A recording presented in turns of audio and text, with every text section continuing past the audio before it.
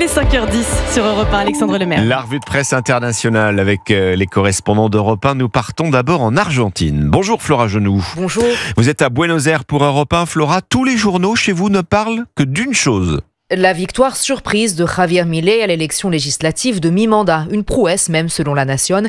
Le parti de l'ultralibéral a devancé l'opposition de 9 points et l'emporte dans la majorité des provinces du pays. Il déjoue ainsi les sondages qui le donnaient au coude à coude avec la gauche et le centre-gauche, relève l'ensemble de la presse. Pour El Diario AR, ce scrutin confirme le soutien des Argentins au modèle économique du président, fait de coupes budgétaires. Le parti de Javier Milei, très minoritaire au Parlement, aura donc plus de poids, mais toujours pas de majorité, rappelle Infobae. Le président va devoir réorienter son mandat, tisser des alliances, arrêter de crier, d'insulter, mais en sera-t-il capable ?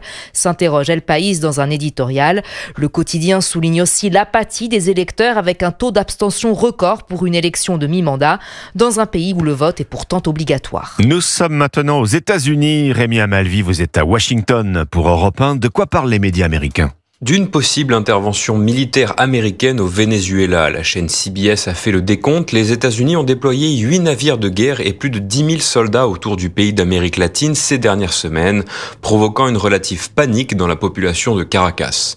L'objectif de Washington, s'en prendre à la dictature narco-terroriste du président Maduro, se félicite Fox News, pour, je cite, écraser les cartels, mettre fin au poison de la drogue et assurer la sécurité des États-Unis. CNN et le Washington Post rappelle que les États-Unis ont déjà frappé une dizaine de navires vénézuéliens et tué 40 personnes, officiellement pour lutter contre le trafic de drogue, même si les autorités n'ont présenté aucune preuve crédible justifiant ces frappes. Pour Axios, le déploiement dans la région de l'USS Gerald Ford, le plus grand porte-avions américain, est le signe d'une opération militaire d'envergure imminente.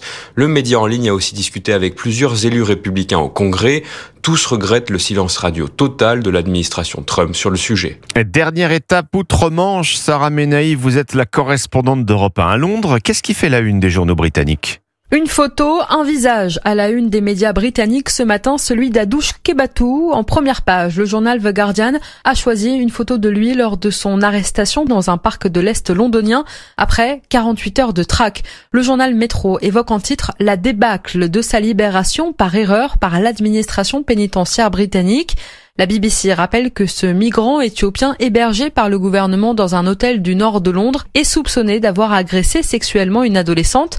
L'affaire avait cet été provoqué la vague de colère à Epping, vague qui s'était propagée à travers tout le pays. Il sera déporté dès cette semaine, annonce de son côté le Daily Express qui reprend les propos de Keir Starmer. Enfin, ce chiffre effarant dans le journal The Times qui estime ce jour que ce sont près de 5 détenus par semaine qui sont relâchés par erreur au Royaume-Uni. Sarah Menaï à Londres pour Europe 1. C'était votre revue de presse internationale.